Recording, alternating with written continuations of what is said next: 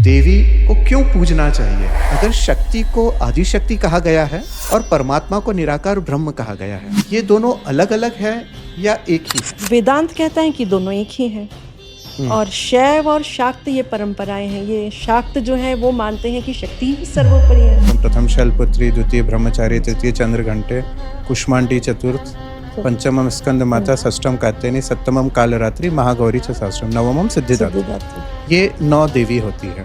तो ये 9 ही देवी क्यों है? 9 एक चक्र की पूर्ति का अंक है। जैसे बालक गर्भ में है, पहले महीने से शुरू करेगा, 9 महीने बाद क्या होगा? जन्म लेगा, यानी गर्भ का उसका चक्र 9 महीने में पूरा हुआ। ऐसे ही सृजन धर्मिता में 9 स्तर हैं। उन 9 स्तरों को इन 9 देवियों ने किया था, इसलिए ये 9 है। लोग ये समझते हैं कि एक नवरात्रि होती है जो दशहरे के पूर्व मनाई जाती है।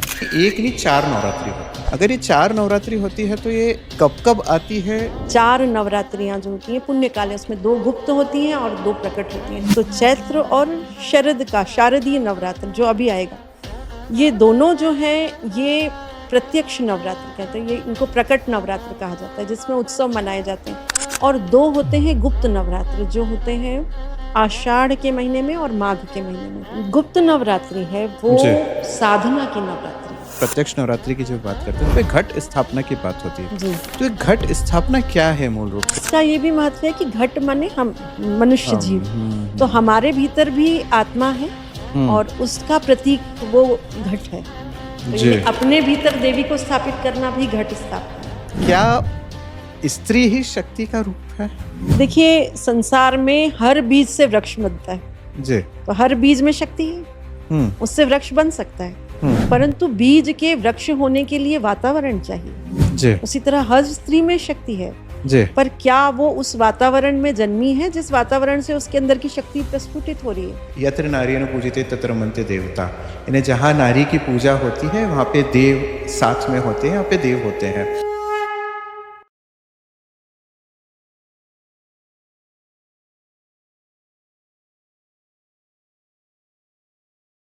या देवी सर्वभूतेषु मातृरूपेण संस्थिता, नमस्तस्यै नमस्तस्यै नमस्तस्यै नमो नमः। कहते हैं देवी की उपासना जब हम माँ स्वरूप में करते हैं तो देवी हमें धन, धान, वैभव, ऐश्वर्य, अनेक ऐसी चीज़ें देती है जिससे हमारा सांसारिक जीवन तो उत्थानवान होता ही है, हमारा आंतरिक जीवन भी बहुत ही ज़्यादा लाभकारी हो जाता है। साथ में देवी हमें अपनी विशेष रक्षा प्रदान करती है, हमें विशेष कवच प्रदान करती है जो हमें अनेक नकारात्मकताओं से बचाती है। तो क्या है देवी? देवी की पूजा हम नवरात्रि में क्यों करते हैं? और ऐसी ही बहुत सारी बातें हम हमारे आज के ऑड वन आउट टॉक के पॉडकास्ट में उजागर करेंगे। नमस्कार दोस्तों, मैं डॉक्टर मधुर टेम्बले एक बार पुनः आपका स्वागत करता हूँ। आज हम उजागर करेंगे ऐसा टॉपिक जिससे बहुत सारे लोग अनभिज्ञ हैं कि देवी की किस किस स्वरूप में पूजा की जा सकती है, देवी को क्यों पूजना चाहिए और देवी के माध्यम से हम हमारे अंतस में मौजूद अनेक शक्तियों को किस तरह जागृत कर सकते हैं। और इस बात को बताने के लिए हमारे बीच आज ऐसी ही एक शख्सियत है जो हमारी आज की ऑड वन गेस्ट है, जिनका नाम है डॉक्टर आरती दुबे। डॉक्टर आरती दुबे एक ऐसा नाम है जो साहित्य जगत में बहुत ही जाना माना, बहुत ही पहचाना हुआ नाम है। अनेक शोध उन्होंने किए हैं, काव्य कविता में गहन रुचि रखती है और एक विशेष शोध के कारण आपको देवी अहिल्या विश्वविद्यालय द्वारा PhD की उपाधि भी प्राप्त है। तो स्वागत है डॉक्टर आरती दुबे जी। डॉक्टर आरती दुबे जी, आपकी यात्रा को जब हम देखते हैं, आप हिंदी जगत को जानते हैं, आप हिंदी में बड़ी विशेष रुचि रखते हैं, साथ में आप वेद, विज्ञान और ऐसे बहुत से विषय जो उपनिषद से संबंधित है, हमारे धर्म से संबंधित है, हमारे आध्यात्म से संबंधित है, इसको आप बहुत अच्छे से समझती भी हैं और लोगों को सरल भाषा में समझाने का प्रयास भी करती है। तो आज हम नवरात्रि जो होती है, नौ दुर्गा होती है, 9 देवियाँ होती है और उनके साथ में उनकी विशेष रूप से पूजा पद्धति होती है, गरबा होता है, उपासना होती है, शक्ति की हम अ, उपासना अलग-अलग तरीके से करते हैं, विधि-विधान करते हैं, हवन करते हैं, भजन करते हैं। तो सबसे पहले आपसे ये जानना चाहेंगे कि शक्ति, जिसे देवी कहा गया है, और परमात्मा, ये क्या दोनों अलग है या दोनों एक है?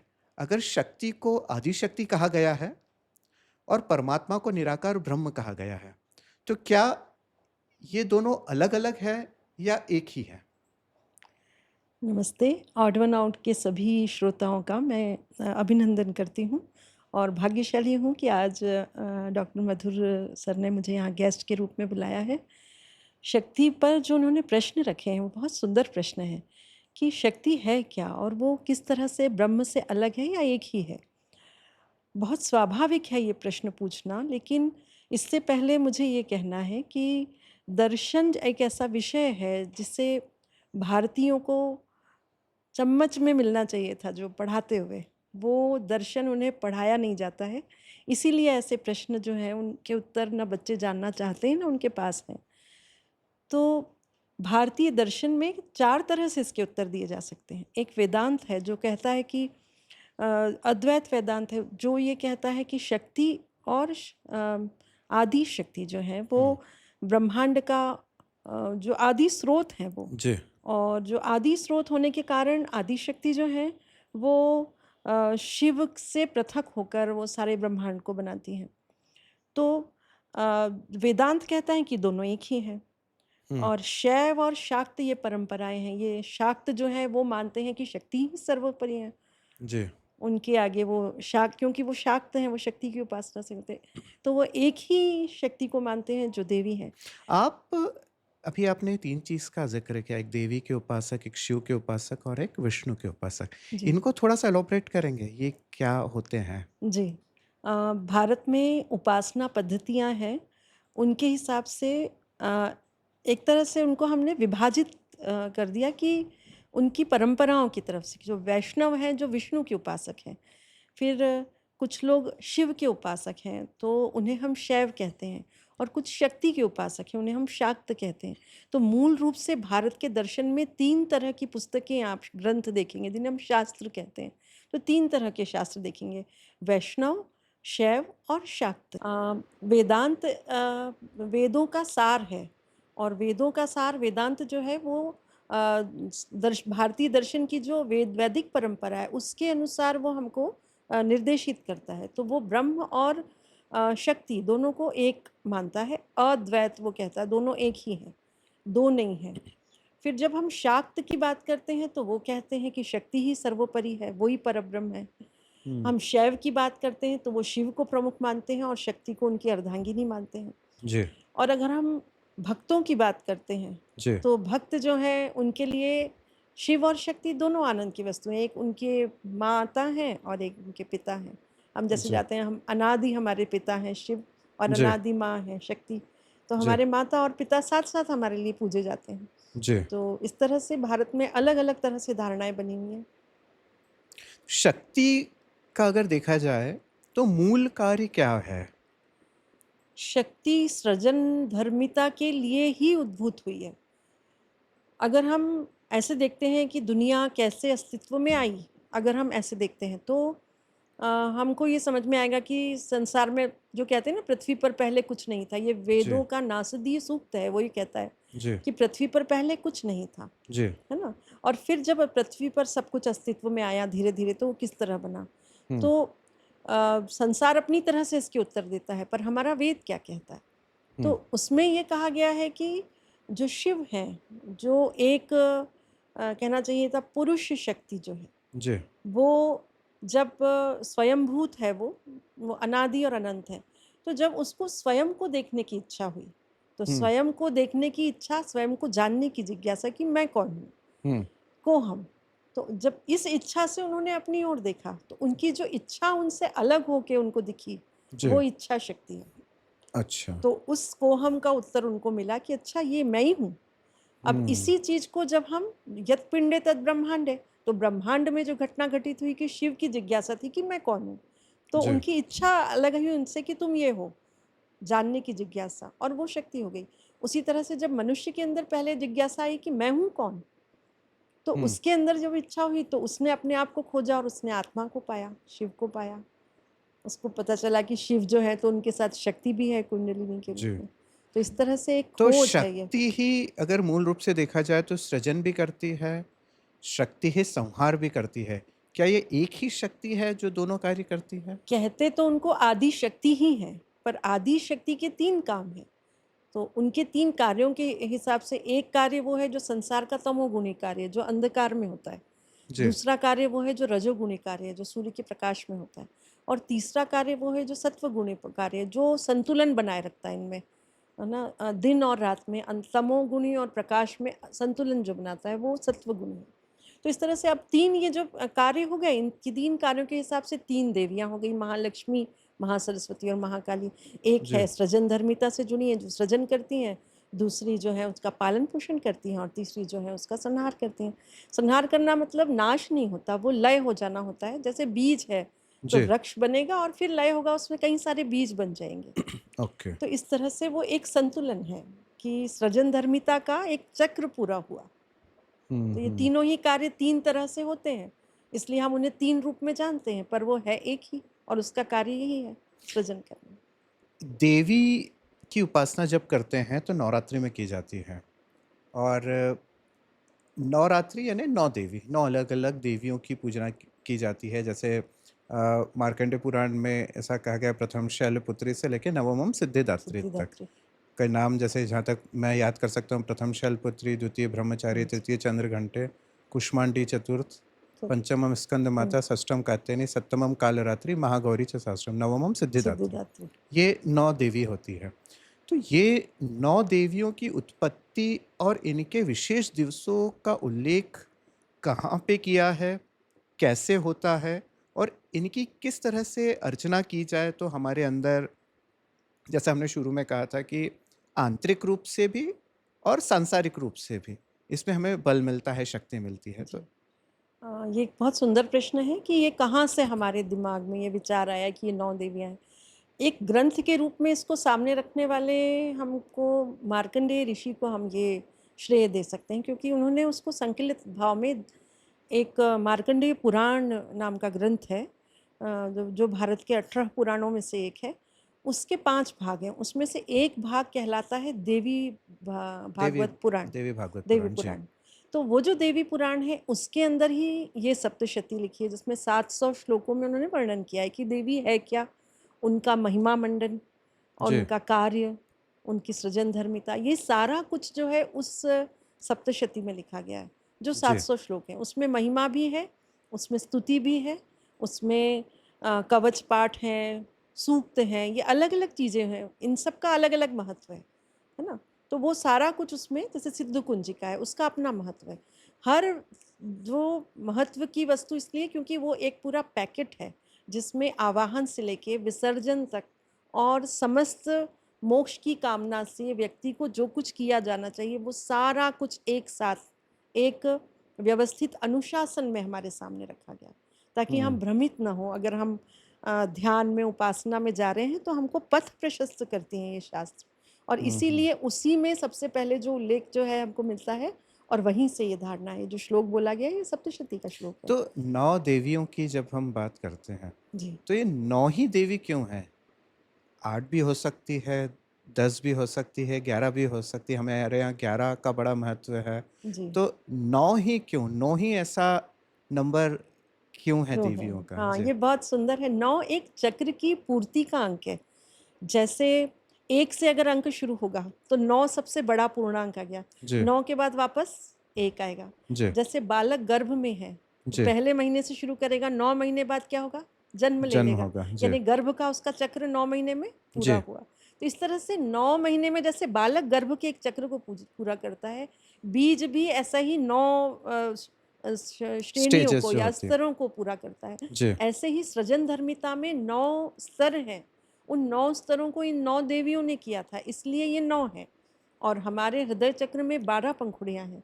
तो 9 ये जो देवियों के ये जो स्तर हैं वो, और 3 जो मुख्य महादेवियाँ हैं, तो वो 9 और 3 मिलाकर कुल हो गई 12।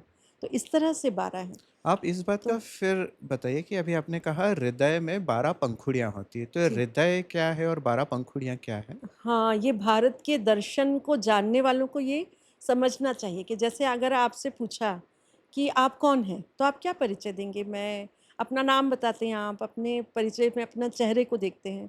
हुँ, आपका जो वास्तविक परिचय एक बहुत सुंदर 4 पंक्तियाँ मैं रखती हूँ कि जो मेरा परिचय है वो क्या होना चाहिए कि मेरा घर शून्य में और अनहद में विश्राम, जात हमारी ब्रह्म है, माता-पिता हैं राम। हुँ, तो हुँ, अगर मनुष्य हैं आप तो उसकी जाति है ब्रह्म, उसके माता-पिता हैं ईश्वर और उसका घर है अनहद, शून्य और हुँ। विश्राम करता है अनहद में।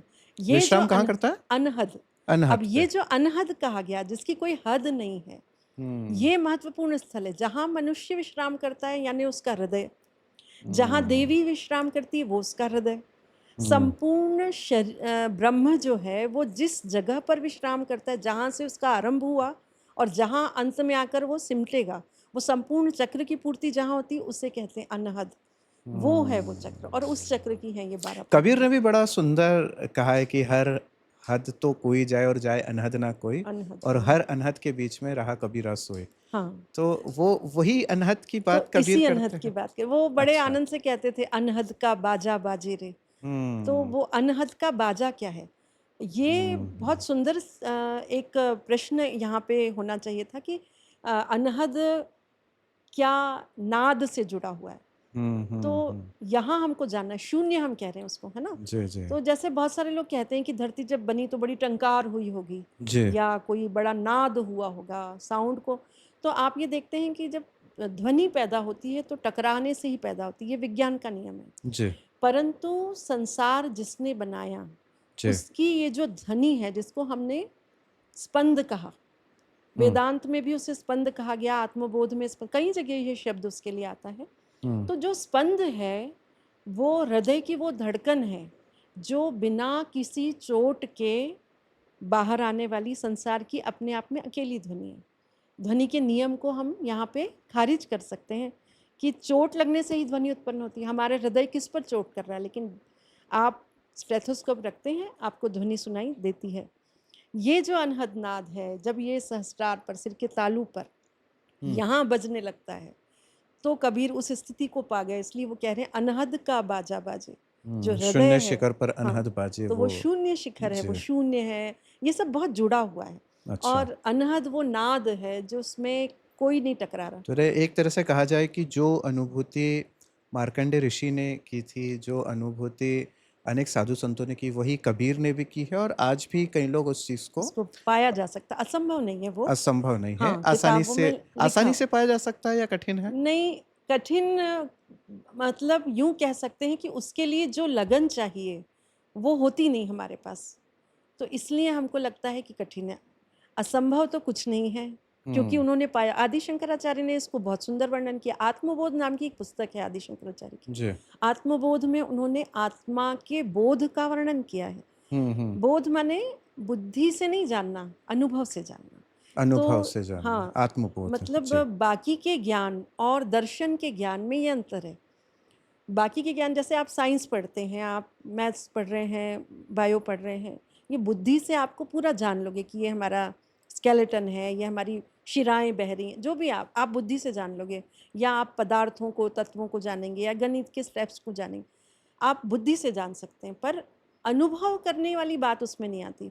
दर्शन ऐसा है जिसमें जो लिखा गया है, उसको आप अनुभव कर सकते हैं। जी, क्यों? तो उन्होंने ज्ञान को अनुभव सिद्ध ज्ञान कहा। और जी। कबीर ने इसीलिए हम कहते हैं कि जैसे कहते हैं शास्त्र का ज्ञाता होता है उसी को ये अनुभव होता है, ऐसा नहीं है। कबीर तो मसी कागद छुयो नहीं, कलम गही नहीं हाथ, फिर वो शास्त्र ज्ञानी कैसे हो गए?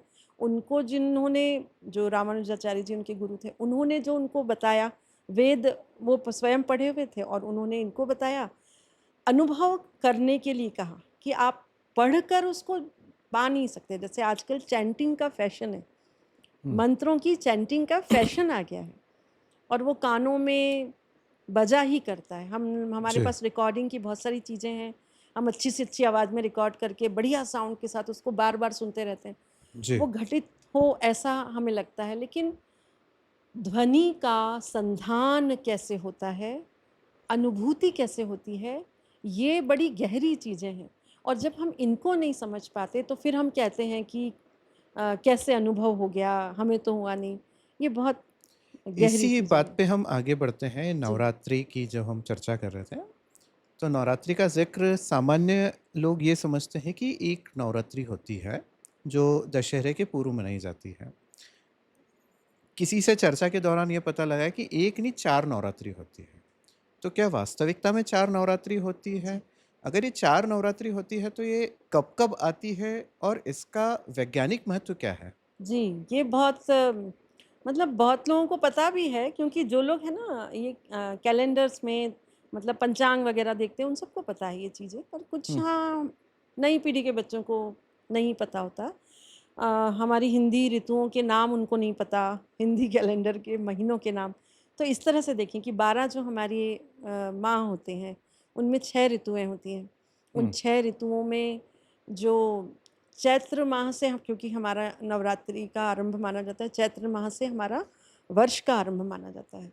तो चैत्र और शरद का शारदीय नवरात्र जो अभी आएगा, ये दोनों जो हैं ये प्रत्यक्ष नवरात्र कहते हैं। ये इनको प्रकट नवरात्र कहा जाता है, जिसमें उत्सव मनाए जाते हैं, जो जन सामान्य के लिए आनंद की कहना चाहिए परंपरा मनाने का समय है।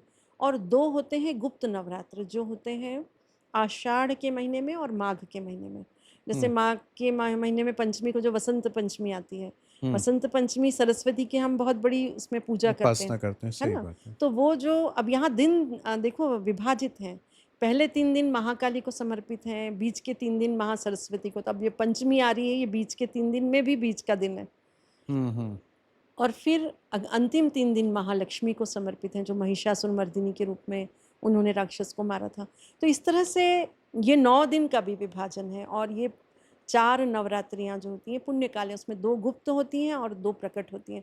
अब ये गुप्त और प्रकट का भी बड़ा महत्व आप समझ सकते हैं कि प्रकट नवरात्रियाँ वो होती हैं जिसमें जन सामान्य जो है वो सार्वजनिक रूप से उत्सव मनाता है। मंदिरों में उसके लिए अनुष्ठान किए जाते हैं, यज्ञ याग आदि में हर एक की प्रतिभागिता के लिए उनको आमंत्रित किया जाता है खुले रूप में। तो आज हम जो जिस अवस्था में हैं, उससे पहले आप सोचिए, मार्कंडेय ऋषि ने जो पुराण लिखा था वो आज से 14,000 वर्ष पहले की बात है। तो हुँ, तब का जो भारत था, आर्यावर्त, उनकी वो परंपराएँ थी, तब से वो चली आ रही हैं, प्राच्य परंपराएँ हमारी। तो उसमें वो राजा और जो होते थे वो उत्सव मनाया करते थे, तो उस उत्सव में जनता शामिल होती थी। और राज्य की समृद्धि के लिए, वो जनता की समृद्धि के लिए, क्योंकि जब ऐसे उत्सव आते हैं तो खुशहाली बटे।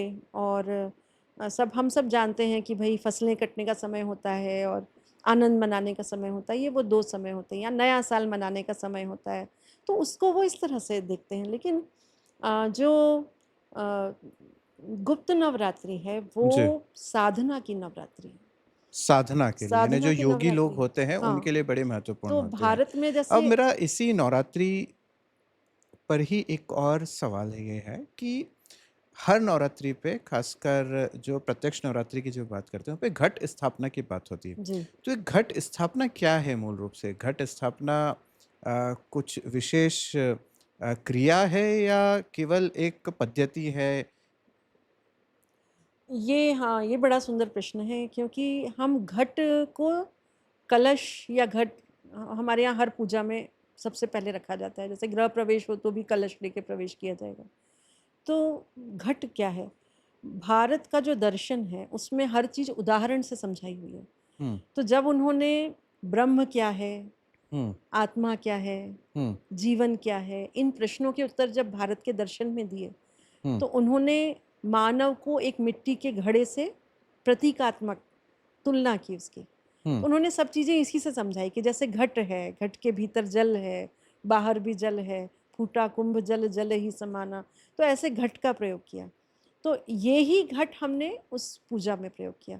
फिर हम हुँ, वो कलश स्थापना का मंत्र भी जानते हैं, कलशस्य मुखे विष्णु, कंठे रुद्र, है ना? मूले गोविंद मूले जो है, तत्र स्त्री ब्रह्म, हाँ जी। और इस तरह से उसमें चारों वेद भी भीतर हैं। तो अब उसमें सुनिए, कुक्षो तु सागरा सर्वे, तो 7 सागर उसके भीतर है। सप्तद्वीपा वसुंधरा, वसुंधरा यानी ये पृथ्वी, उस पृथ्वी के जो 7 द्वीप हैं वो सब उसके कुक्ष ही में, यानी उसके कुंभ के गर्भ अच्छा, में है वो। तो उसका प्रतीक है ये घट। तो इसकी अच्छा, स्थापना करना माने समस्त जो 7 द्वीपों समेत, जो 7 समुद्रों समेत जो समस्त प्रकृति है, पृथ्वी है, उसको कल्याण के भाव से रखना। तो ये महान उसका उद्देश्य है घट बड़ी स्थापना गहरी का। बात है ये। यानी हाँ, घट इसको को जब हम स्थापना करना, उसमें जो एक आपने मंत्र बताया, हाँ, इसमें जो मतलब सभी नदियों के जलों को डाला जलों को जाता डाला है, जाता फिर है। उसमें जी, जी, जी। अन्न के प्रतीक रूप में वो यानी जवारे पूरी बोए जाते पृथ्वी हैं। को हम अपने एक तरह से दिखाएँ तो हमारे घर में भी हाँ, स्थापित कर सकते हैं। बड़ा यस। सुंदर बात है। और तो एक एक इस और इसका ये भी महत्व है कि घट माने हम, मनुष्य हम जीव। तो हमारे भीतर भी आत्मा है हुँ, और उसका प्रतीक वो घट है। तो यानी जी, अपने भीतर देवी को स्थापित करना भी घट स्थापना है। अच्छा।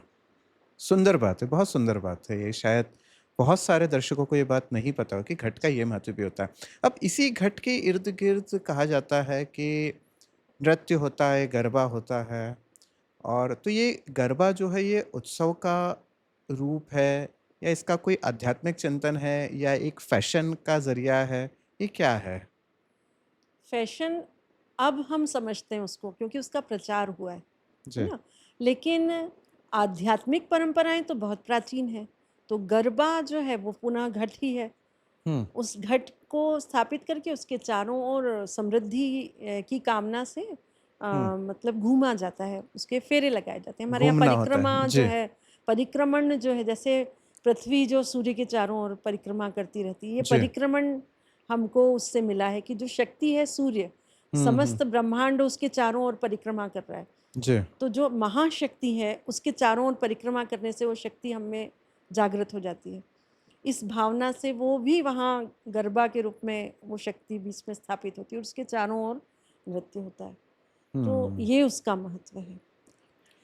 अब बड़ा इसमें है ना बहुत सारी बातें जो है वो समझी जानी चाहिए, जो मतलब हमें कोई बताता नहीं है। जैसे कि अ, देवी जो है, जी। जब वो प्रकटी तो उन्होंने जन्म कैसे लिया? उन्होंने किसी न किसी कारण से उनका आवाहन किया गया। तो हुँ, जब-जब वो आई हैं अलग-अलग काल में, ये हज़ारों वर्ष के काल हैं, है ना? अलग-अलग युगों में वो आई हैं। हर बार हुँ, वो अलग-अलग राक्षसों के संहार के लिए आई हैं। हुँ। अलग-अलग वेशभूषा में आई हैं, हाथों में अलग-अलग तरह के अस्त्र-शस्त्र लेकर आई हैं, अलग-अलग उद्देश्य से प्रकटी हैं। जब देवी युद्ध कर रही होती हैं, वो समय अंधकार का समय होता है और युद्ध के बाद जब वो उसको राक्षस को परास्त कर देती हैं, तब प्रकाश फैल जाता है। तो हुँ, अंधकार है और देवी उस राक्षस से युद्ध कर रही हैं बार-बार, जैसे रक्त बीज है, वो हुँ। मार रही हैं, वो वापस जीवित हो रहा है, जितनी उसके बीज गिर रहे हैं उससे वो फिर से जीवित हो जीवित रहा होते है। हैं। जी। ऐसे में जब देवी और दानव का द्वंद्व चल रहा है, तो हुँ, मानव जाति को पता है कि देवी युद्ध कर रही हैं। हुँ। तो मानव जाति कृतज्ञता व्यक्त करती है कि आप अच्छा, हमारे लिए इतना दिव्य जो श्रम कर रही हैं देवी, हम अच्छा, आपके साथ हैं। इस भावना अच्छा। से भी हम रात भर जाग के वो जागरण करते हैं हुँ। कि इसलिए देवी एक का जागरण होता है। जागरण है, कृतज्ञता व्यक्त हाँ, करना और कि ये गरबा इसलिए शायद रात को ही किया रात जाता है, को दिन है। में नहीं और किया उसमें जाता भी है, मतलब रात्रि देवी में। को रिझाने के लिए जैसे अग्नि गर्भा है, मुँह में अग्नि लेंगे, सिर पे अग्नि लेंगे। इस तरह हुँ, से उनके मतलब एक वो रहते हैं कि कर्तव्य, जिसको अब हम कह सकते हैं, वो कर्तव्य नहीं है, वो हाँ। देवी की उपासना पद्धतियाँ हैं। ये हुँ, इस हुँ, तरह की पद्धतियाँ बंगाली परंपरा में भी आपको दिखेगी, जहाँ वो धुनी आरती करते हैं। हुँ। महाराष्ट्र में आपको अलग परंपराएँ दिखेंगी देवी की उपासना जी, करने की, और दक्षिण भारत में अलग दिखेंगी। पर हर जगह है नृत्य भी उसमें, यहाँ तक कि भारत के जो भील हैं, गोंड जी। हैं, ये जो वनवासी आदिवासी जाति है, समुदाय जो हाँ, होता है, जी। तो ये जो वन्य जीव हैं, वन्य जातियाँ हैं, ये भी देवी की आराधना करती हैं और उसी आनंद में ये भी नृत्य करती हैं।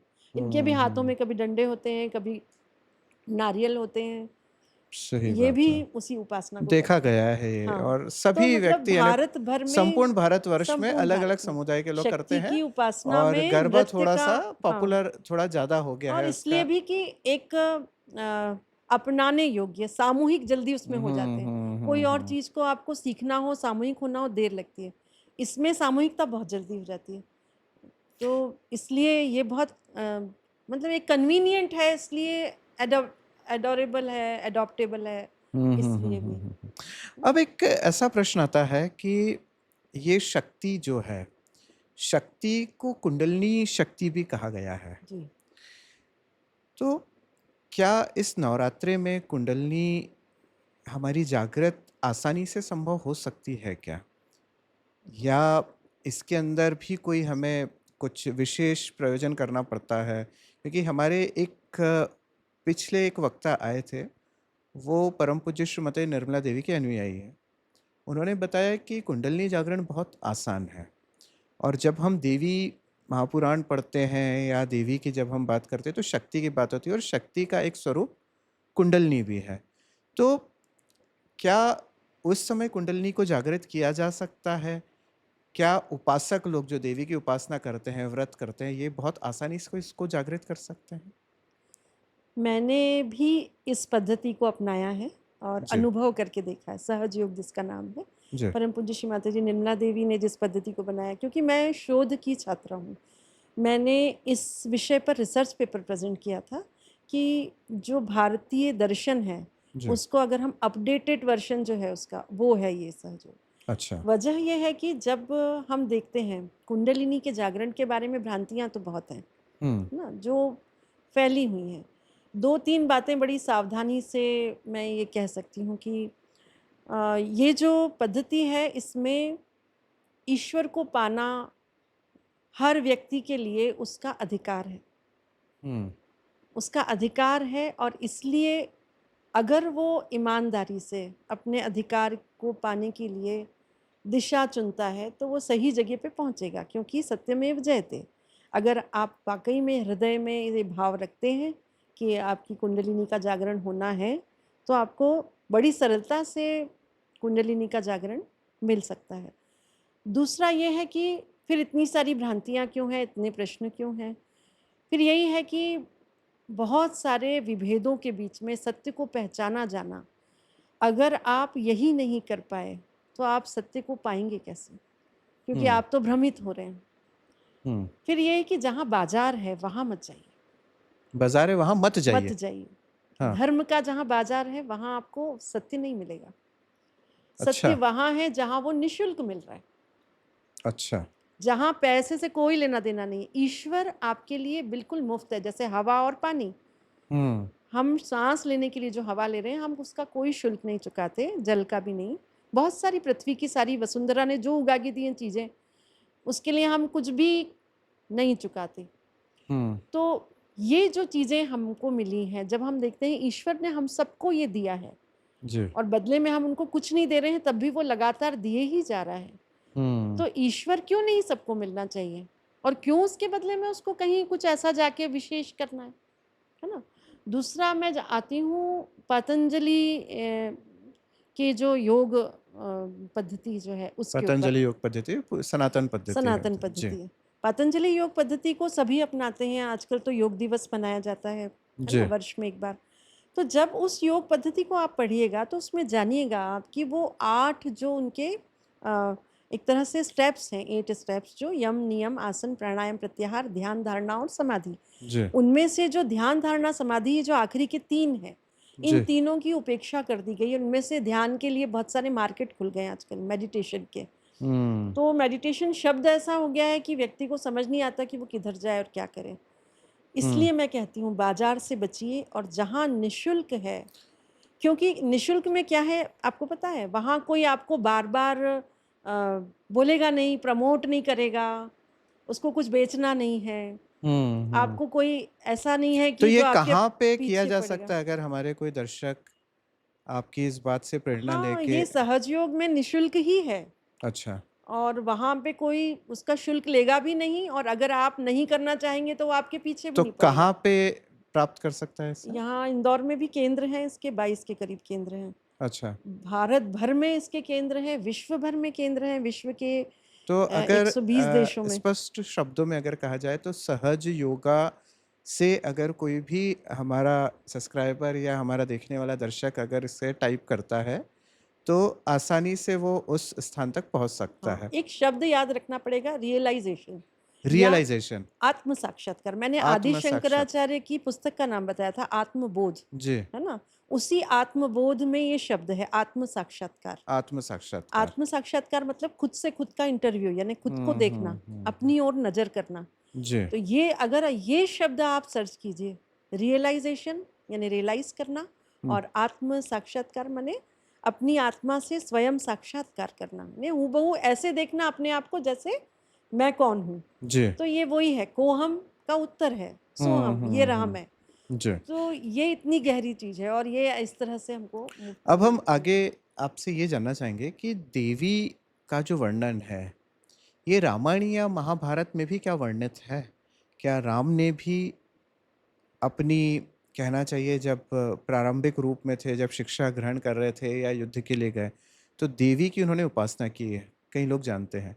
तो रामायण में और महाभारत में इनका कहाँ-कहाँ वर्णन है? आप बताएँगे थोड़ा? जी, दोनों ही जगह इनका वर्णन है। देवी का वर्णन हर जगह, हम जैसे दशहरा क्यों मनाते हैं, क्योंकि रावण की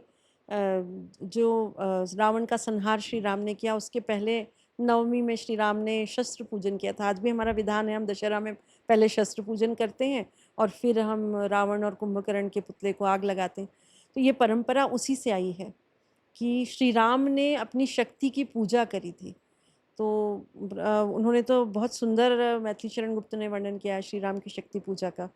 तो राम का शक्ति पूजन जो है वो रामायण में बड़े ग्लोरीफाइड वे में कहा गया, क्योंकि एक ईश्वर है जो अवतरण लेता है और उससे शत्रु का संहार करना है, और तब ईश्वर होते हुए भी वो देवी की उपासना करता है, शक्ति।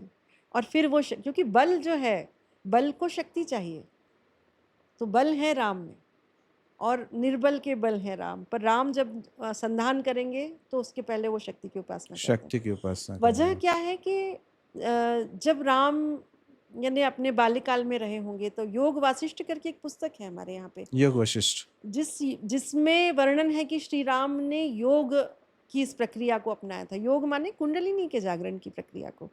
तो योग वासिष्ठ भी वैसी ही है जैसे कि हम गीता देखते हैं। गीता में श्री कृष्ण अर्जुन को, तो अर्जुन जिस तरह से युद्ध के लिए जब तैयारी करते हैं, तो वो दिशा दिशा में जाते हैं और वहाँ जाके अपने लिए जो युद्ध के शस्त्र अस्त्र हैं उनको एकत्रित करते हैं, सबसे आशीर्वाद लेकर आते हैं। तो देवियों से भी आशीर्वाद लेते हैं, देवताओं से भी लेते हैं। तो ये जो एक परंपरा है कि युद्ध के पहले आपको शक्ति का आवाहन करना है। रामायण में तो कई जगह उल्लेख है, जैसे इंद्रजीत है, उसने भी पहले शक्ति का आवाहन किया, रावण ने भी किया। जी। इसी तरह से यहाँ पे भी है। और जो गीता है उसमें श्री कृष्ण अर्जुन को समझा रहे हैं जी। कि किस तरह से उन्होंने अपने भीतर सब कुछ दिखाया उन्हें कि संसार का सारा ब्रह्मांड मुझसे ही निसृत होता है और मुझ में ही समा जाता है। जब अर्जुन को ये सब समझ में आया, तब उन्होंने अपना जो हथियार उठाए और फिर युद्ध किया। जी। तो यहाँ पे मैं योग वासिष्ठ और गीता दोनों को देखती हूँ कि दोनों में योग के विषय में दोनों ही ईश्वर रूप अवतरण है और बता रहे हैं, है ना। एक में जो राम है वो शिष्य हैं और वशिष्ठ गुरु हैं। शिष्य की तरह राम पूछते हैं और वशिष्ठ गुरु की तरह बताते हैं। और कृष्ण गुरु हैं, अर्जुन शिष्य हैं, और कृष्ण जो है वो गुरु की तरह बता रहे हैं और अर्जुन शिष्य की तरह सुन रहे हैं, सुन रहे है हैं। ना। जी, जी, वजह जी। ये है कि जब अर्जुन यहाँ सांदीपनी आश्रम में आए थे हाँ। अपनी शिक्षा ग्रहण करने के लिए, तो कहते हैं 64 दिन में उन्होंने सारी शिक्षाएं ग्रहण की थी। जी। तो वो जो 64 दिन है वो 64 योगिनियों के हैं। जी। तो 64 योगिनियाँ क्या हैं? वो शक्तियाँ हैं। तो उन 64 योगिनियों की जागृति उनको यहाँ सांदीपनी आश्रम में ईश्वर की कृपा से हुई थी, मतलब गुरु की कृपा से। तो इस तरह से अगला अपन देखते संदर्भ हैं। अब इसमें ये निकलता है कि देवी के जो उपासक होते हैं या जो देवी की जो वंदना करते हैं, उनको देवी की विशेष कृपा होती है। और जब वो पूजा अर्चन जब ज़्यादा करते हैं, तो एक देवी का कवच जो है ऐसे योगियों की हमेशा रक्षा करता है। और इसका जो है सप्तशती में भी काफ़ी बड़ा महत्व जी। बताया है। तो क्या है देवी कवच, या देवी का कवच मानव को या योगी को किस तरह सहायता प्रदान करता है? इसके बारे में थोड़ा बताएं। जी, ये बहुत सुंदर प्रश्न है। कवच की आवश्यकता रक्षा के लिए होती है। जैसे हम जानते हैं युद्ध में योद्धा जाते थे तो कवच धारण करते थे। हम्म। तो जितना शरीर की रक्षा के लिए किसी धातु के कवच की आवश्यकता है, उसी उतना ही मन की और आत्मा की रक्षा के लिए भाव कवच की आवश्यकता है। कौन सा कवच? भाव कवच। भाव भाव कवच। कवच क्या होता है? हम्म। जो आपको आपके मन के बल को, मनोबल कहते हैं ना, मनोबल को बनाए, आत्मबल को बनाए। वो जो भाव कवच है, उसकी रक्षा करने वाली जो देवियां हैं वो हमारे भीतर हैं। तो जब आप उस कवच का पाठ करते हैं तो आपके भीतर वो देवियां जागृत होती हैं, और वो भाव कवच आप पहने हुए रहते हैं तो फिर आपकी रक्षा होती है। इस भावना हम्म। से कवच दिया गया है। और कवच सिर्फ देवी कवच ही नहीं है, शिव के भी कवच हैं। शिव कवच दिया गया है, राम रक्षा कवच दिए गए, कई सारे ने हनुमान के लिए का भी कवच है। इस तरह से हमने देखा है कि जो भक्त होता है वो उसका जो अभीष्ट है, उसका जो इष्ट है, वो इष्ट उसके किस तरह से रोम रोम में रक्षा करे, उसके लिए कवच का पाठ वो करते हैं। अच्छा, क्योंकि हर भक्त की अपने इष्ट में परम जो है वो उसकी भक्ति श्रद्धा है। रहती है, सही हाँ, तो बात है। उस श्रद्धा के साथ वो आवाहन करता है कि मेरे इस रोम रोम में आप रक्षा करो। अब यहाँ पे एक बहुत सुंदर बात है कि जो यानी इतनी सारी देवियाँ, उनके इतने सारे नाम उसमें आते हैं कवच में। तो जैसे एक उदाहरण लेते हैं, पृष्ठवंशीय धनुर्धरी, यानी हमारे पीठ पर धनुर्धरी देवी रक्षा करें। धनुर्धरी देवी वो है जिन्होंने धनुष को धारण किया हुआ हम्म। है ना। और पीठ पर धनुर्धरी देवी क्यों रक्षा करें? हमारा पीठ भी एक धनुष का आकार लिए धनुष हुए है। का आकार, रीढ़ की तो हड्डी, कुछ न बिल्कुल कुछ सही। साम्य के साथ ऋषियों ने इसको इस तरह से ऐसा जोड़ा है। जैसे रसे रूपे च गंधे च शब्दे स्पर्शे च योगिनी। हम्म। तो रस, रूप, गंध, शब्द और स्पर्श, ये 5 जो हैं तन्मात्राएं हैं। जी। और 5 तन्मात्राएं जो हैं, इनके 5 तत्व हैं। हम्म। तो भूमि, जल, अग्नि, आकाश, वायु। तो हम्म। जैसे भूमि है, उससे हमको गंध तत्व मिला है। हम्म। तो योगिनी देवी इसकी रक्षा कैसे करती हैं? जब आप योग घटित हो जाता है, कुंडलिनी का जागरण होता है, तो आपके तत्व और उनकी तन्मात्राएं जागृत हो जाती हैं। तो आपकी जो अब योगिनी शक्ति जागृत हो जाएगी तो आपके रस, रूप, गंध, शब्द, स्पर्श, इनकी रक्षा होगी। तो अगर आपके रूप तत्व की, रूप तन्मात्रा की रक्षा हुई तो आपकी दृष्टि की रक्षा होगी। अगर आप मतलब ये श्रवण ये शक्ति, सभी एक हाँ, दूसरे से सब जुड़े हुए हैं। कोरिलेटेड है। तो अच्छा, मतलब इसमें मार्कंडेय ऋषि और देवी महापुराण में देवियों का बड़ा वर्णन है। तो क्या आपने कभी उन ग्रंथों को पढ़ने का प्रयास किया है, या कुछ छोटे शब्दों में अगर आप उसको डिकोड करें हमारे दर्शकों के लिए? हाँ, मार्कंडेय जी देवी के परम भक्त थे। और मार्कंडेय ऋषि ने जो मार्कंडेय पुराण लिखा है, मार्कंडेय पुराण में मार्कंडेय जी ने अपने मुख से जो कहा, कहते हैं ना मार्कंडेय उवाच, हम्म। इस वजह से उसे मार्कंडेय पुराण कहते हैं। हम्म। तो उन्होंने अपने मुख से ये कहा है। तो उसमें जो दूसरे भी ऋषि हैं जिनके कथन उसमें आते हैं, परंतु मार्कंडेय के जो कथन है वो देवी पुराण के संदर्भ में है। जी। अब उसमें उन्होंने देवी के जो वर्णन किए उसमें जैसे महालक्ष्मी, महासरस्वती, महाकाली, विष्णु माया, योग माया, इन सब के वर्णन है उसमें। जी। तो वो ना उनका स्वभाव, उनका सौंदर्य, उनकी प्रवृत्ति, है ना, और उनका भावना, इतना सुंदर वर्णन है कि आप अगर उसको पढ़ेंगे तो आप अभिभूत हो जाएंगे कि जैसे आपने प्रत्यक्ष में ये सारी देवियों को इस तरह देखा है। तो ये तो व्यक्ति तभी कर सकता है जब उसने अनुभव किया हो। मैं फिर वही कहती हूँ कि भारत का दर्शन अनुभव सिद्ध है। अनुभव जब के तक आधार। आप अनुभव नहीं कर सकते, आप ऐसा लिख नहीं सकते। हम्म। तो आपका लेखन ये बताता है कि आपने ये सब घटित हुआ है आपके साथ, आपने अनुभव किया है, और उस अनुभव को आपने एक पूरा क्लब करके एक डिसिप्लिन वे में आपने पुस्तक में हमको सौंपा है, जिसको हम देवी सप्तशती के नाम से या चंडी पाठ के नाम से हम समझते हैं उसको। तो ये मार्कंडेय ऋषि का उपकार है समस्त मानव जाति पर कि अगर देवी की आराधना करके उसको सिद्ध किया उन्होंने, तो कैसे सिद्ध हुई ये रास्ता उन्होंने पुस्तक में बताया है। तो नवदुर्गा जो है ये हमारे क्या जीवन का प्रतीक या जीवन की कोई यात्रा हो सकती है? हाँ, मैंने जैसे शुरू में कहा था कि या बच्चा, इसका अगर दूसरा पक्ष देखा जाए कि क्या नवदुर्गा केवल देवियों को पूजने के लिए है, या इसके विपरीत हमारे आध्यात्मिक जीवन में भी इसका हमें कोई एक प्रतिरूप में कोई परिणाम हमको मिल सकता है? ये है ना, जैसे बोलते हैं ना, जा की रही भावना जैसी, है हम्म। ना। एक लौकिक आनंद लेने वाला व्यक्ति देवी की उपासना करेगा तो क्या चाहेगा? उसके घर में सुख समृद्धि आए, सब कुछ अच्छा हो जाए, हम्म यही। लेकिन एक योग साधना वाला, आध्यात्म के मार्ग में जानने वाला व्यक्ति, वो चाहेगा कि उसकी शक्ति जो है वो जब उत्थित हो जाए, जागृत हो जाए, जी तो उसको शिव से मिला दे। तो हम्म ये उसका लक्ष्य है, मोक्ष की प्राप्ति। मोक्ष जो मुख्य आकांक्षा उसकी है, हम्म तो वो उद्भूत करने के लिए वो जब शक्ति का संधान करता है, जैसे ध्वनि होती है वो ऊपर की ओर जाती है, उसी तरह से कुंडलिनी भी ऊपर की ओर आती है, और ऊपर की ओर आके वो सिर के तालू पर शिव से एकाकार होती है। जी। तो हम ये सुनते आ रहे हैं बचपन से कि देवी के 52 शक्तिपीठ है। जी। इसका वर्णन कहाँ पे है और वो भारत के किन-किन हिस्सों में है? ये वर्णन भी पुराणों में आपको मिल जाएंगे। मतलब भारत में जो पुराण हैं, शैवों के पुराण, वैष्णवों के पुराण, शाक्तों के पुराण, इस तरह से ये भी हैं हाँ, सारे। तो उसमें जैसे विष्णु के पुराण हैं जिसमें हाँ, विष्णु तो का वर्णन, 52 देवियों तो का है ना? 52 देवियों का वर्णन कई पुराणों में मिलता है। अच्छा, तो वो जो कहानी क्या है, है वो? हाँ, यानी ये वो कि स्थान पे आज भी जागृत है? हाँ, देवी जागृत है, ये इसलिए है कि भारत में जो है स्वयंभू शब्द जो है, जी, जैसे हम अष्टविनायक जानते हैं अच्छी तरह से, जी, महाराष्ट्र में 8 जी, स्वयंभू श्री गणेश हैं, जी, है ना? ऐसे ही ये 52 स्थान जो हैं, यहाँ पे स्वयंभू शक्तिपीठ है। जी, वहाँ कोई मूर्ति स्थापित नहीं है। जी। वहाँ पर देवी की शक्ति का पात हुआ था, हुँ, है ना? हुँ, हुँ, तो हुँ। शक्तिपात होना क्या होता है? शक्तिपात होना, शक्ति का प्रादुर्भाव जहाँ हुआ है, वो आकर वहाँ पर गिर गई है, हुँ, हुँ, और हुँ। इसलिए वो शक्ति का पीठ स्थापित हो गया। तो जी, ये इस तरह से जुड़ेगा भारतीय दर्शन से कि जब आध्यात्म में आप गहरे जाएंगे, तो कुंडलिनी का जागरण करने के लिए आपको शक्तिपात कराना होगा। शांभोपाय हो या शाक्तोपाय हो।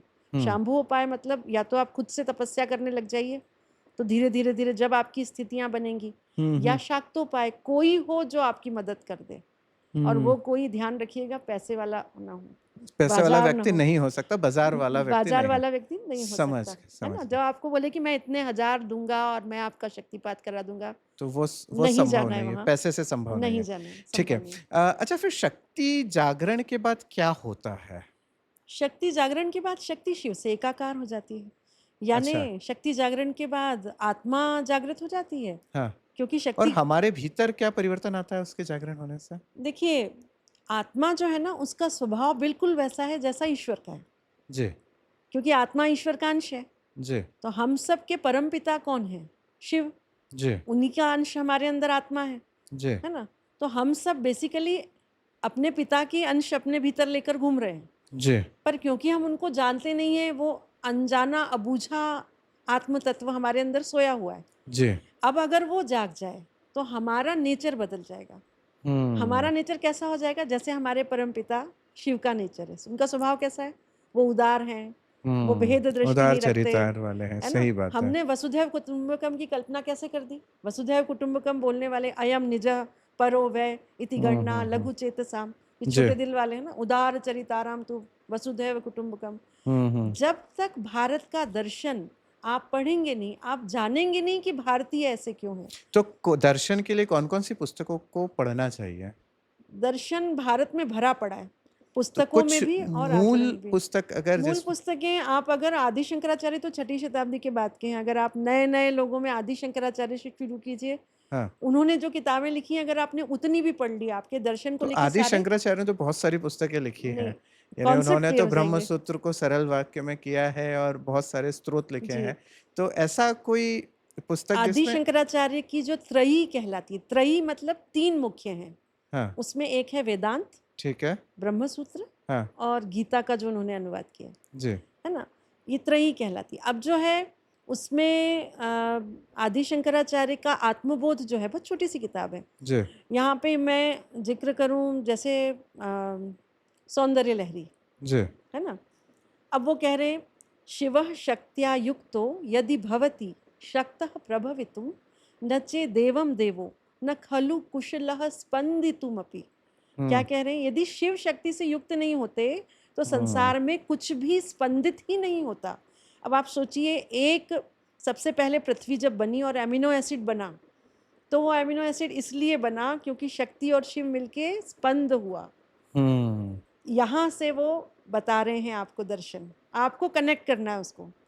दर्शन विज्ञान के बेहद निकट दर्शन, है। विज्ञान और अध्यात्म, ये तीनों की हाँ, एक एक चेतना है। वहाँ आप शंकराचार्य को अगर पढ़ेंगे तो आपको वो कड़ी मिल जाएगी कि उन्होंने, क्योंकि वेद कठिन है बहुत, आप वहाँ भ्रमित हो जाएंगे। पर आदि शंकराचार्य ने क्या किया, सारे वेदों के सार के रूप में जो वेदांत आपके सामने रखा और उसको भी ब्रह्मसूत्र को समझाया। ब्रह्मसूत्र तो वेद व्यास ने लिखा सारे वेदों का संकलन करने के बाद। अब वेद व्यास क्या कह रहे हैं उनको, उसको भी आदि शंकराचार्य अपनी भाषा में समझा रहे हैं। तो इस तरह से उन्होंने बहुत बड़ा काम किया है। तो आप केवल शंकराचार्य के सूत्र को पकड़ेंगे तब भी आप दर्शन को समझ यानी जाएंगे। एक साधे सब सदे, अगर हम शंकराचार्य जी के बहुत हाँ, सारे तो सूत्रों इधर को उधर भ्रमित होने की की जरूरत ही जरूरत नहीं नहीं है, ठीक है। कुछ दो सवाल अब छोटे छोटे बचे हैं। जी। ये कि शक्ति का अनुभव क्या केवल मंदिरों में किया जा सकता है, या घर में किया जा सकता है, या एकांत स्थान पे किया जा सकता है? शक्ति का अनुभव केवल हृदय में किया जा सकता है। और अपने हृदय, हृदय में किया जा सकता है। हृदय आपको मंदिर में मिले, आपका हृदय आपको घर में मिले, आपका हृदय आपको जंगल में, हिमालय में मिले, हम हाँ। अपने आप से मुलाकात करने के लिए कहाँ जाना पसंद करेंगे? अगर आप शोरगुल में स्वयं को पा सकते हैं तो हल्ले में चले जाइए, डांडिया कीजिए। अगर आप एकांत में स्वयं को पाना चाहते हैं तो अपने घर में किसी कोने में बैठ जाइए। कहने का मतलब ये है जहाँ पे आप स्वयं से मिल सकते हैं। बिना स्वयं को जाने आप हाँ ब्रह्म को नहीं जान सकते, क्योंकि वो आपके अंदर है जी ना। कस्तूरी कुंडल बसे मृग ढूंढे बन माही, ऐसे घट घट राम है। फिर वही जी, घट आ गया। घट की बात हुई, ऐसे घट सही घट बात है। राम है, दुनिया देखे नहीं। अच्छा, एक और मेरा अंतिम सवाल है, जी। क्या स्त्री ही शक्ति का रूप है? देखिए, संसार में हर बीज से वृक्ष बनता है, जी। तो हर बीज में शक्ति है, हम्म उससे वृक्ष बन सकता है। हम्म परंतु बीज के वृक्ष होने के लिए वातावरण चाहिए। जी उसी तरह हर स्त्री में शक्ति है, जी। पर क्या वो उस वातावरण में जन्मी है जिस वातावरण से उसके अंदर की शक्ति प्रस्फुटित हो रही है? हम्म तो इसलिए स्त्री शक्ति है, हम्म पर उसके अंदर की वो शक्ति दैदीप्यमान या दिव्यमान तब हो पाएगी जब वो समझ पाएगी कि मेरी शक्ति के जो बीज हैं वो मुझ में प्रस्फुटित हों। इसलिए बीज का बड़ा महत्व है। मंत्रों में भी बीज शब्द आता है, ये बीजों बीज का बड़ा मंत्र है महत्व होता है है। ना। एक अंतिम बात मैं आपसे जानना चाहता हूँ कि एक बड़ा फेमस कोट है, यत्र नारियण पूजिते तत्र रमन्ते देवता। यानी जहाँ नारी की पूजा होती है वहाँ पे देव साथ में होते हैं, यहाँ पे देव होते हैं। इसका एक और श्लोक में किसी ने मुझे बताया था कि इसके आगे एक ये बात भी होती है कि नारी भी पूजनीय होनी चाहिए। क्या ये बात भी सही है? क्योंकि नारी, कहते हैं जब घर में आती है तो धन धान वैभव ऐश्वर्य लक्ष्मी सब चीज़ आ जाती है। पर अभी वर्तमान परिवेश में हम देख रहे हैं कि नारी जो है पुरुष को नीले डब्बे में बंद कर रही है, बड़ा कत्ल कर दिया उन्होंने। जी। मणिपुर जैसी जो घटना है, ये एक बड़ा नारी के लिए एक प्रश्न चिन्ह हो गया। लोग नारियों से दूर होने लगे। जो नारी एक ममता का प्रतीक होती थी, वो कहीं ना कहीं उसकी ममता के प्रति क्वेश्चन मार्क लग गया। तो इस लाइन को आप क्या देखते हैं और इसको आप क्या समझाना चाहेंगे? देखिए, साइंस का इलास्टिसिटी का सिद्धांत है, किसी चीज को एक तरफ जरूर जोर से खींचोगे तो वो दूसरी ओर जोर से जाएगा। जी। तो जब अत्याचार नारी पर इतने बढ़ गए कि एक और उसे खींचा जाने लगा तो वो दूसरी ओर जोर से चली गई। तो जब हम्म हमने उनको मारा तो वो इस तरह से, अब वो एक प्रतिक्रिया समझ लीजिए। ये इस बात को छोड़िए, पर ये जो कि हर स्त्री शक्ति जो है हम्म वो ये जाने अपने आप को, मतलब मेरा जो जो इसको देख एक विजन बनता है, जो इसको देख के कि क्या स्त्री जो धरती है, धरती क्या करती है, बीज के रूप में अपने भीतर सबको सेती है और सारा सृजन धरती करती है। बदले में उसको कुछ उपकार नहीं चाहिए, उसको कृतज्ञता ज्ञापित करने के लिए आप हो या ना हो, उसका स्वभाव है, वो करती ही जाएगी। आजकल नारी जो है वो चाहती है कि हर बात पे उसको कृतज्ञता ज्ञापित की जाए कि उसने ये महान कार्य तो किया। ये ऐसा होना चाहिए या नहीं होना ऐसा चाहिए? इसलिए कि वो भूल गई है कि ये उसका स्वभाव है, ये उसका स्वभाव ही है जो वो करेगी। जैसे करुणा है या स्नेह बांटना है या उदारता है, तो मेरा या तेरा ना करके सबको अपने जैसा समझना, ये सारी भावनाएं स्त्री में होती हैं। उसके उसके बीज गुण है वो। अगर हम्म वो उसको भूल जाए हम्म और उन गुणों के भूलने के बाद आप सोचो कि अब ये नारी है और उसकी पूजा करनी जाए, तो वो गुण ही भूल गई है, तो अब कैसे उसको आप पूजेंगे? पूजनीय नहीं है, तो ठीक है, तो बहुत एक सेल्फ इंट्रोस्पेक्शन होना चाहिए हर स्त्री में कि क्या वो वैसी है जैसी धरती है। बहुत सुंदर। तो बहुत ही अच्छे से डॉक्टर आरती दुबे ने हमें ये बताया कि नवरात्रि क्या है, नवरात्रि कैसे मनाई जाती है, नवरात्रि का तात्पर्य हमारे अंदर छुपी शक्तियों से किस तरह है, किस तरह हम 9 देवियों की पूजा अर्चना करके स्वयं के अंदर बहुत अच्छे से स्वयं को जागृत भी कर सकते हैं और स्वयं के माध्यम से ही ऐसी बहुत सारी चीज़ों को लाभ प्राप्त कर सकते हैं और लाभ के साथ-साथ उन चीज़ों को जीवंतता के साथ जी भी सकते हैं। अनेक उदाहरण आपने प्रस्तुत किए कि देवी महापुराण में देवी का क्या वर्णन है या आदिगुरु शंकराचार्य ने देवी के बारे में क्या बताया है। तो बहुत सारी चीज़ें आपने बहुत ही बखूबी से बताई और इसके लिए आपका बहुत-बहुत धन्यवाद डॉक्टर आरती दुबे जी। और हम आशा करते हैं जो भी कार्य आप कर रहे हैं, जिस भी प्रोफ़ेशन में आप हैं, आप शिक्षा दे रही हैं बच्चों को, इसी तरह की शिक्षा दें ताकि वो खुद भी जागृत हों और दूसरों को भी जागृत करें। बहुत-बहुत धन्यवाद आपका। जी, ऑड वन आउट के दर्शकों को और आज आप मधुर जी को विशेष रूप से मैं धन्यवाद देना चाहूँगी अपनी इन 2 पंक्तियों के साथ कि अपनी कोमल कांत छवि को मद में रहकर मलिन न करना, नारी तुम नारी ही रहना, नारी तुम नारी ही रहना। नारी तुम नारी ही रहना। इसी भाव के साथ हम आपसे विदा लेते हैं और जल्द मिलेंगे एक दूसरे पॉडकास्ट में। बहुत-बहुत धन्यवाद। अपना ध्यान रखिए।